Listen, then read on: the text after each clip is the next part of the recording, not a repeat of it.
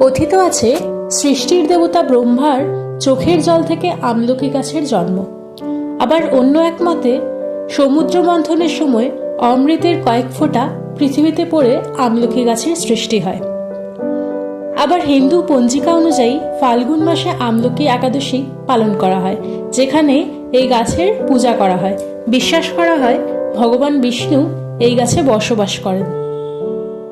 প্রায় 2000 থেকে 2500 বছর আগে লেখা গ্রন্থেও আমলকিকে অমৃত ফল বা ধাত্রী ফল বলা হয়েছে। আয়ুর্বেদ শাস্ত্রের অন্যতম বিখ্যাত ঔষধি চ্যবনপ্রাশের মূল উপাদানও হল আমলকি। ঋষি চ্যবনকে বার্ধক্য থেকে যৌবনে ফিরিয়ে আনার গল্পটি আমলকির ঔষধি গুণেরই প্রমাণ দেয়। আবার ঐতিহাসিক কাহিনী অনুসারে বৌদ্ধ ধর্মের মহান পৃষ্ঠপোষক সম্রাট অশোক তার জীবনের শেষ সময়ে বৌদ্ধ মঠকে অর্ধেক আমলকি দান করেছিলেন। এটি তার ত্যাগের প্রতীক হিসাবে আজও বৌদ্ধ সাহিত্যে স্মরণীয় হয়ে আছে।